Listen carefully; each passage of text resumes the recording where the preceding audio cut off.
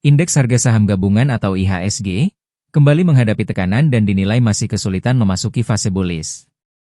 Memanasnya konflik Amerika Serikat dan Iran, lonjakan harga minyak dunia yang kembali mendekati $100 Amerika per barel, serta kebijakan Presiden Donald Trump yang sulit diprediksi menciptakan ketidakpastian global. Kondisi tersebut memicu kekhawatiran meningkatnya inflasi dan memperkecil peluang The Federal Reserve menurunkan suku bunga, sehingga membebani pergerakan pasar saham, termasuk Indonesia.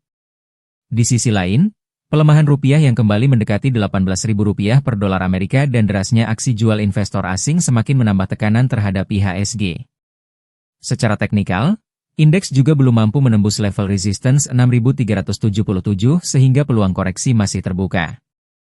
Pengamat mengingatkan investor untuk tetap waspada terhadap perkembangan konflik Timur Tengah, arah kebijakan suku bunga global, pergerakan rupiah, serta arus dana asing yang akan menjadi penentu arah IHSG dalam jangka pendek.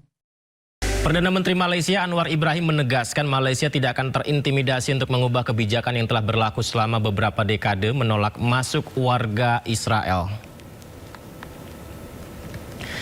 Jadi Perdana Menteri Malaysia Anwar Ibrahim akan mengusir seluruh warga Israel jika diketahui berada di Malaysia. Pernyataan itu sebagai respon atas ancaman para anggota parlemen Amerika bahwa Washington akan menangguhkan bantuan untuk Malaysia jika Anwar tidak mengubah kebijakan anti-Israelnya.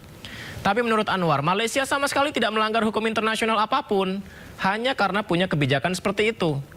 Meskipun konsekuensinya beberapa anggota parlemen AS, Amerika, minta pemerintah Presiden Donald Trump meninjau kembali hubungan keamanan dan ekonominya dengan Malaysia yang dikabarkan akan mendeportasi seluruh warga negara Israel dengan kewarganegaraan ganda jika ditemukan berada di Malaysia. Tadi kita dapat maklumat daripada Amerika Syarikat, Badan Perundangan mereka telah membuat kenyataan menyela saya kerana keputusan Malaysia untuk menyekat kemasukan rakyat Israel, termasuk dalam isu perdagangan dan sebagainya. Ternyata mereka tidak ikuti langsung perkembangan. Banyak negara yang melarang dan Malaysia melarang dah puluhan tahun.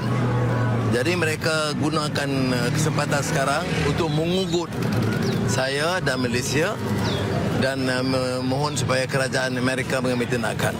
Biar saya jawab dengan jelas. Pertama, dia kena faham ini negeri merdeka dan berdaulat. Dan tentangan kita kepada Israel kena zalim mereka, kena penjajahan mereka, kena pembunuhan setiap hari. Mana mungkin wakil-wakil rakyat negara mereka boleh memadamkan kenyataan tentang pembunuhan anak-anak dan rakyat, wanita, pemusnahan rumah, penaklukan negeri dan tidak mampu bercakap apa-apa. Malaysia ini negara merdeka. Kalaupun mereka yang bercakap itu tidak merdeka, tidak bebas menyuarakan. Kita bebas menyuarakan. Oleh itu, ia tidak menghalang. Dia boleh buat ugutan. Tapi saya akan tegas pertahankan hak rakyat Malaysia dan keputusan dibuat oleh rakyat Malaysia untuk tetap menghalang kehadiran mana-mana warga negara Israel di Malaysia.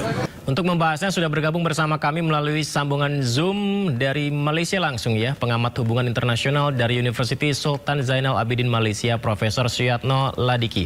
Assalamualaikum, selamat malam Profesor. Halo Prof. Selamat malam Prof. Halo, ya, malam. Baik. Profesor, ini apa pasal Prof? Bagaimana permulaan sehingga terjadi adanya larangan ataupun kisruh dari Amerika Serikat kepada Malaysia tentang anti-Israel itu, Prof? Iya. Saya rasa ini isu menarik. Karena sebenarnya awalnya adalah kasus network school di Forest City. Ya, Forest City itu tak jauh dari KL ya. Itu kemudian ribut-ribut di thread. Kata ada Nas Daily yang join di sana, dan Nas Daily dikenal oleh netizen adalah orang Israel.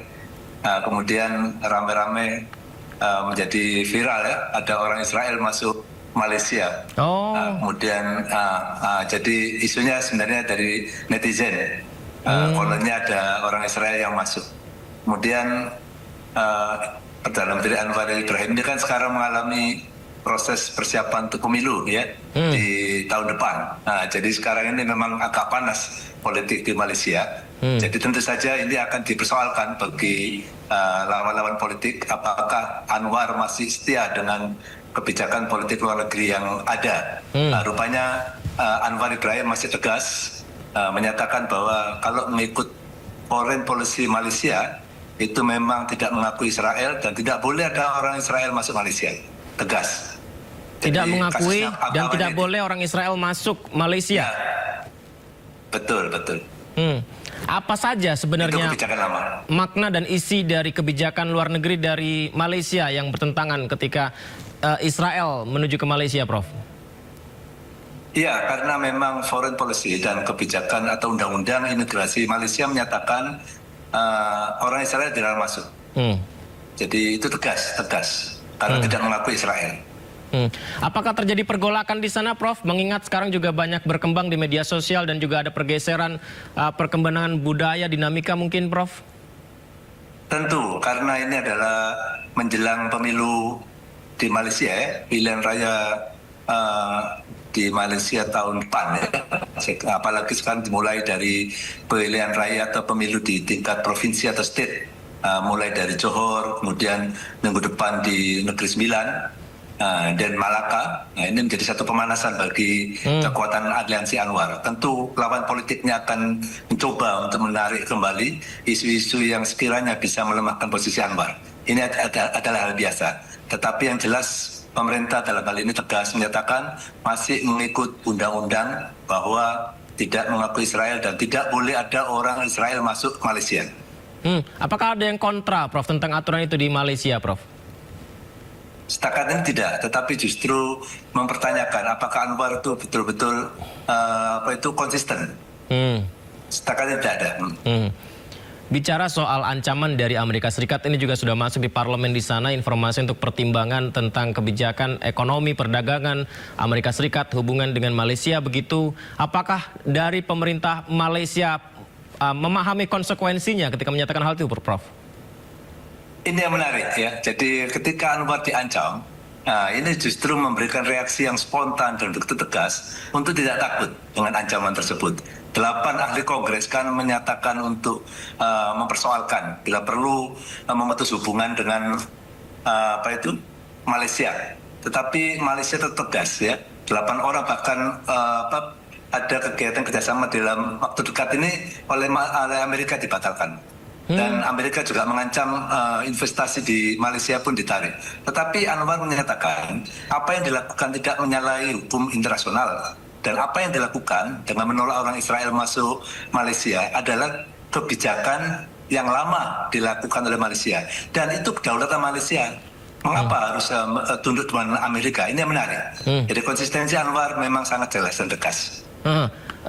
Apakah akan menyulitkan perekonomian Malaysia, Prof, ketika Amerika Serikat menghentikan semua kerjasama dengan Malaysia? Tidak, saya rasa diketahui sejarah ini adalah atau perkembangan terakhir adalah bagaimana Malaysia membina hubungan tidak hanya bergantung ekonomi pada Amerika tapi juga pada China. Jadi ke depan ini memang Malaysia sudah mulai prepare atau siap-siap bagaimana ceritanya nanti ke masa depan ekonominya apakah bergantung pada Amerika. Malaysia sudah prepare, sudah siap-siap. Dan ini dengan sangat tegas Malaysia tidak takut karena investasinya tidak tergantung penuh pada Amerika. Itu yang jelas. Profesor, saya juga penasaran mumpung ada profesor nih, Prof. Di sana itu ramai juga nggak sih, Prof, soal tentang Selat Hormuz, kemudian adanya kesulitan BBM dan sebagainya. Gejolak ekonomi juga terasa nggak di sana, Prof? Sangat terasa ya. Jadi terutama di isu pemilu ini, ekonomi Malaysia memang sudah mulai agak kesulitan akibat efek dari global situation di Selat Hormuz. Dan meskipun menguat di Asia Tenggara, tetapi pada hakikatnya ekonomi Malaysia mulai merudum. Banyak sekali kegiatan ekonomi yang mengurangkan budget, belanja